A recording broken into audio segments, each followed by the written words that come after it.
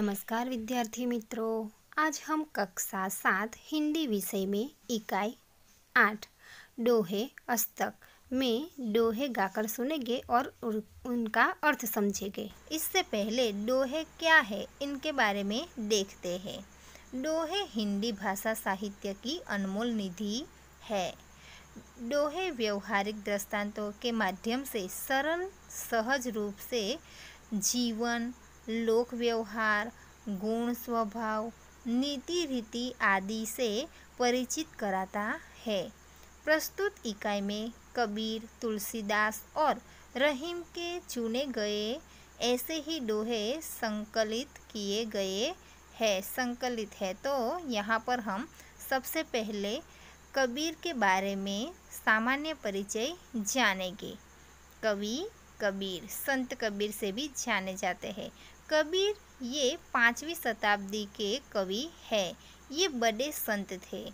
इन्होंने हिंदू और मुसलमानों को उनकी गलतियों के लिए फटकारा है और दोनों को हिल मिलकर रहने का उपदेश दिया है।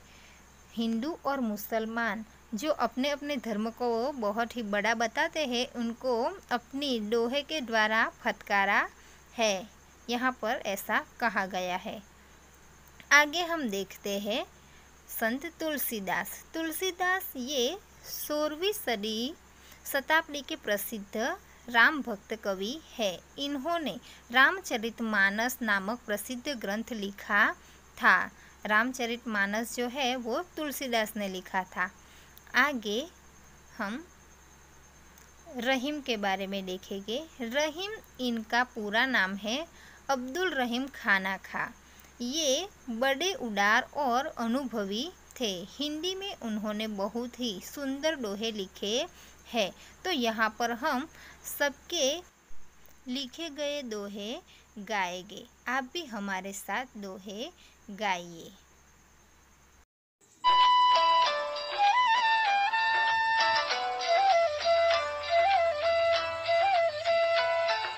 बड़ा हुआ तो क्या हुआ, जैसे पेड़ खजूर।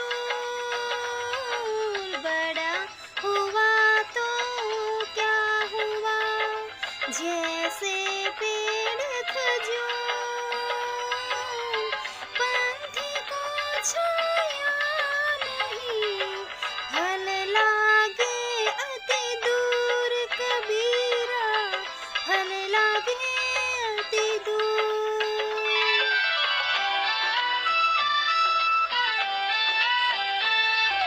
साधु ऐसा चाहिए, जैसा सूप सुभाए।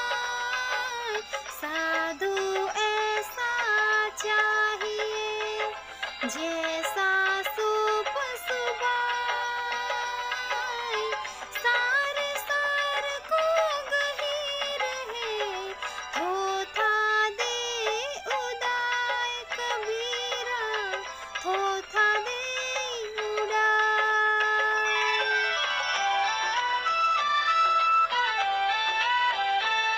माखी गुड में गड़ी रहे, पंख रह्यो लिपताय। माखी गुड में गड़ी रहे, पंख रह्यो लिपताय। हाथ मिले और सिर धुने, लालच बुरी बलाय। कबीरा लालच बुरी बलाय।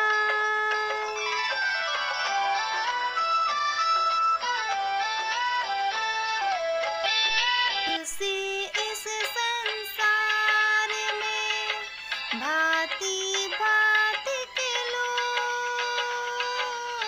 तुलसी इस संसार में भांति भांति के लोग। सबसे हिल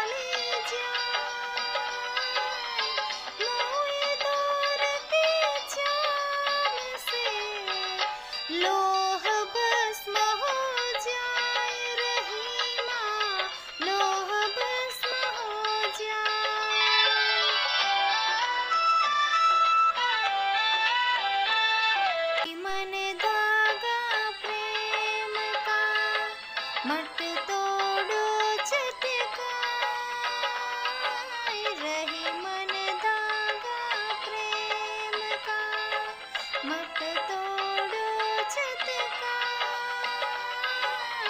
टूटने से फिर ना जुड़े, जुड़े गांठ पड़ जाए रहीमा, जुड़े गांठ पड़ जाए।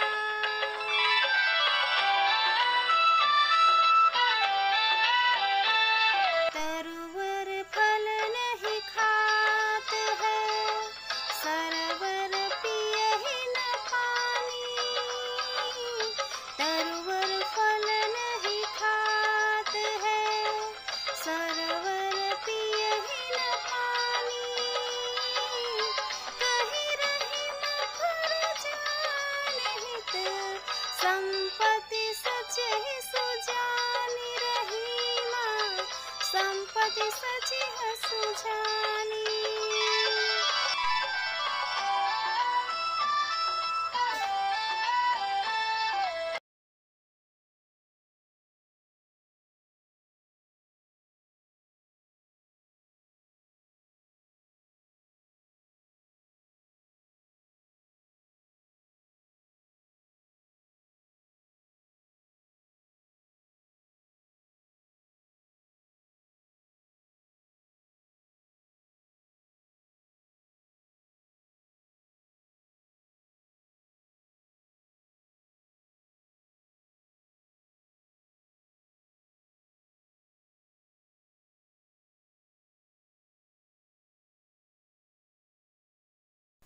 हमने जो दोहे सुने उनका भावार्थ समझते हैं। बड़ा हुआ तो क्या हुआ, जैसे पेड़ खजूर, पंथे को छाया नहीं, फल लागे अति दूर। अर्थात बड़ा होने से किसी का महत्व नहीं बढ़ जाता, कि मोटा થઈ જવાથી કોઈકનું મહત્વ વધી જતું નથી। उनके बड़े होने से क्या लाभ, उससे मुसाफिर को छाया नहीं मिलता। यहाँ पर खजूर का जो पेड़ होता है वह बहुत बड़ा होता है, पर उससे किसी को छाया भी नहीं मिलता और फल भी बहुत दूर ऊंचाई पर लगते हैं, कि तेना फल पण खूब ज ऊंचाई पर लागे छे। वे फल सरलता से प्राप्त भी नहीं होते अने ते फल सरलताथी मेळवी पण शकाता नहीं। साधु ऐसा चाहिए जैसा सूप सुभाए, सार सार को गही रहे, ठोठा देह उड़ाए। अर्थात साधु पुरुष का सूप जैसा स्वभाव होना चाहिए, कि जे साधु होय छे तेनो सूपड़ा जेवो स्वभाव होवो जोईए। सूप अच्छे अनाज को अपने अंदर रख लेता है। जेवी रीते सूपड़ामां आपणे अनाज नाखीने तेने झाटकवानो प्रयत्न करे छे, त्यारे ते सारा सारा अनाजने अंदर लई ले छे अने जे खराब वस्तु कचरो है तेने बाहर फेंकी दे छे, और कचरे को बाहर फेंक देता है अने ते कचरा ने बाहर फेंकी दे छे। उसी तरह साधु पुरुष को तत्व की बातें ग्रहण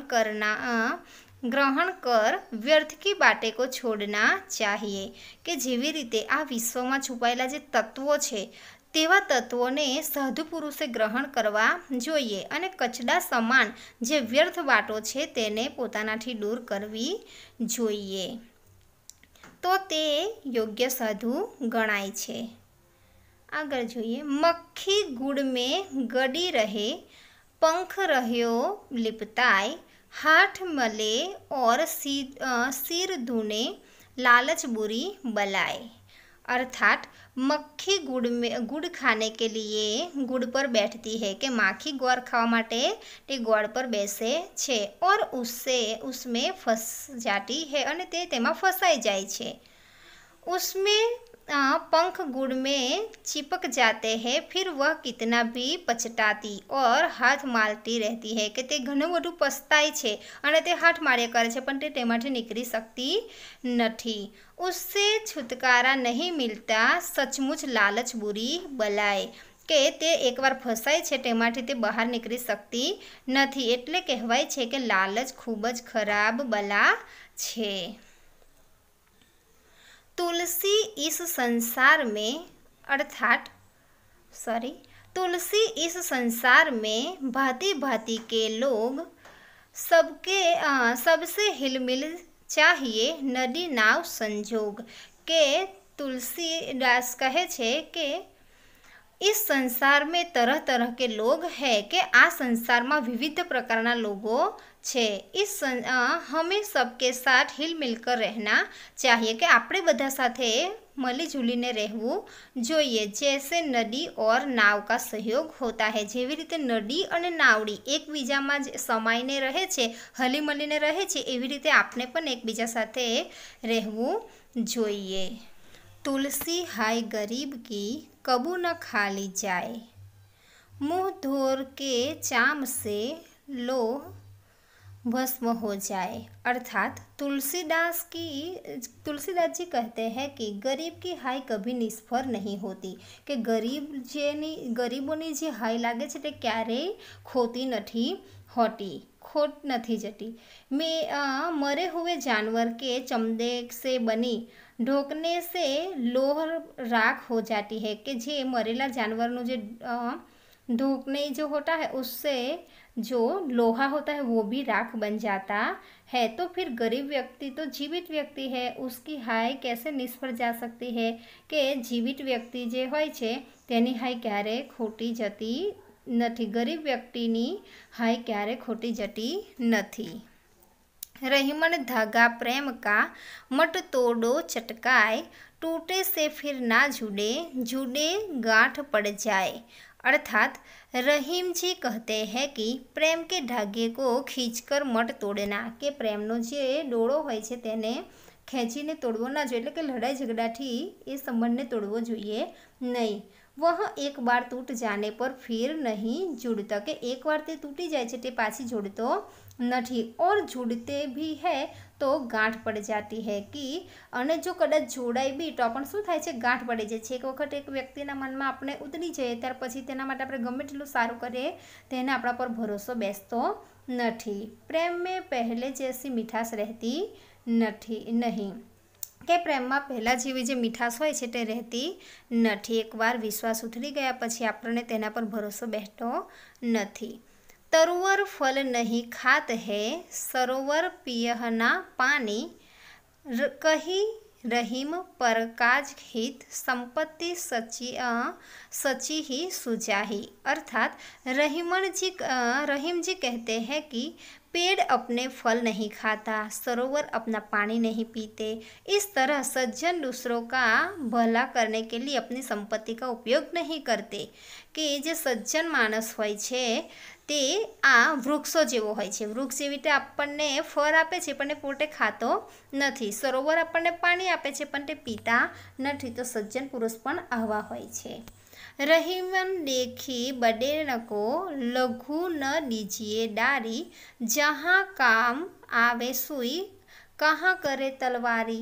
अर्थात रहीम जी कहते हैं कि बड़े लोगों को देखकर छोटे लोगों की उपेक्षा नहीं करनी चाहिए, कि मोटा लोगों ने जोईने नाना लोगों ने सरखामणी न करवी जोईए, क्योंकि जहाँ सुई काम आती है वहाँ तलवार काम नहीं आती, कि જ્યારે આપણે કપડાં સીવા હોય ત્યારે સોયનું જ કામ કરે છે, ત્યાં ગાડી તલવારથી આપણે કપડાં સીવી શકતા નથી। એટલે અહીંયા આપણે એક વસ્તુ જોઈએ કે નાના અને મોટાની ઉપેક્ષા ક્યારે કરવી નહીં, કારણ કે બંને એકબીજાને ગમે ત્યારે ઉપયોગમાં આવે તો છે જ। આપણે જે સિંહ અને ઉંદર વાર્તા સાંભળી છે ને તેમાં કંઈક આવું જ બતાવવામાં આવ્યું છે કે નાનું અમથું ઉંદર સિંહને મુસીબતમાં ઉપયોગમાં આવે छे।